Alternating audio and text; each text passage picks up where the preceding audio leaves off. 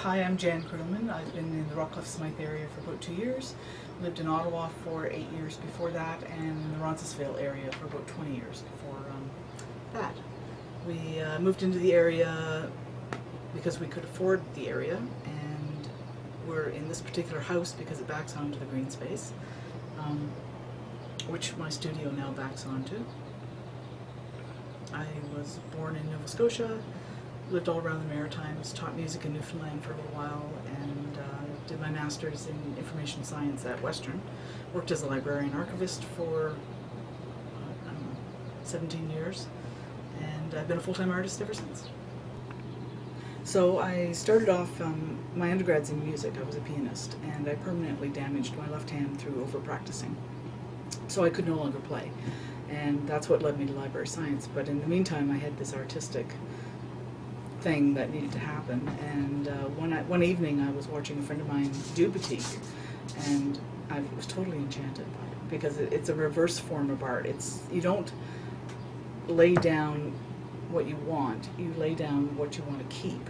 So if you're starting with something white, you have to wax it to keep it white, and then you add the next lightest color. So if your next lightest color would ordinarily be yellow, you put down the yellow where you want it, and then you wax it. And then as soon as the wax hits the fabric, you can't change it. That's absolutely unforgiving. So if you accidentally drop a piece of wax on, it's hot wax, it's melted wax, on the fabric, it's permanent. So then you just build it up until the whole thing is covered in wax, and take the wax off with newsprint and an iron, and voila, you may have a piece or you may not. And the other way I work is on black fabric, which I discharge. So this is a piece of black fabric that has been discharged once, and you can see where the wax is. So everything that's in this waxed area is going to remain that color, which is a mix between the two. And then I'm going to bleach it again, so that this will be darker in there, and this will become increasingly lighter. And when I've got all the light, and when I've got it bleached as much as I want, then I'll start adding dyes and fabric dyes, and those will bring out the color, and until it's covered with wax again, and then it'll be done. And if you turn around, there's one right there that is done. So that's what it's going to end up like, with color in. Quite by accident. I thought it was one of the most enchanting ways to do art around. There's hardly anybody doing it in Canada.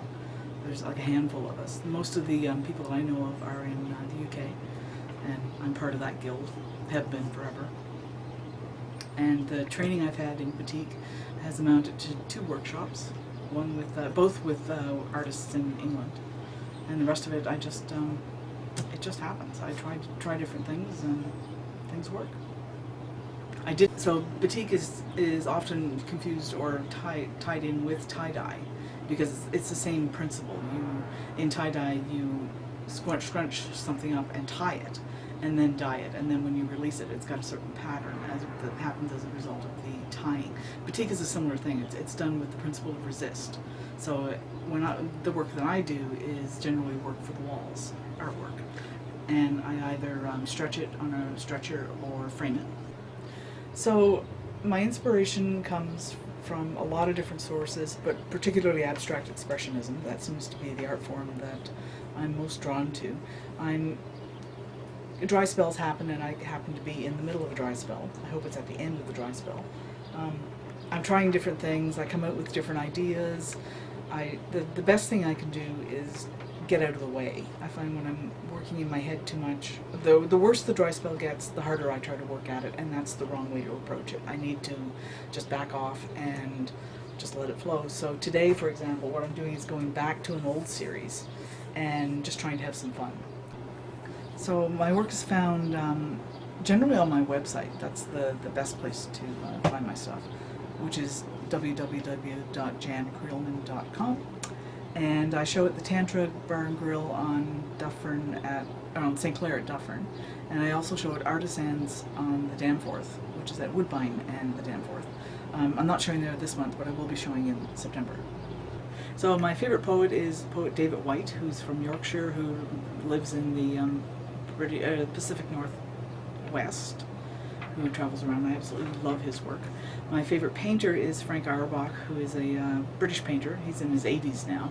I stumbled on his work. I flew into Gatwick once and got a postcard of his show, and I was just like, oh, I love this work. Lost the postcard, got to the hostel, didn't know his name, I just had to find the work, didn't know how, wandered around, got lost, happened on the Royal Academy, and that's where the show was. So that was like a total score, and we were just in England this March, and they had another retrospective. So I cannot get enough of this man's art. My favorite composer is Stravinsky and Jane Siberry. Gotta say Jane Siberry. She's my go-back to.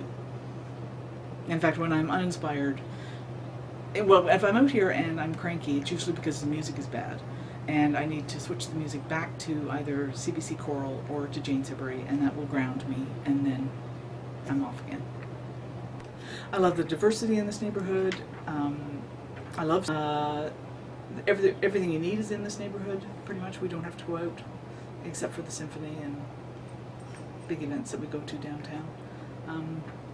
I would love to hook up with more artists in this neighborhood, and particularly abstract artists. I would love to start like a Wednesday morning group and a Thursday evening group, just where we can just sit around and share ideas without, no judgment or anything, but just sit around and powwow for a couple of hours and just do it on a regular basis.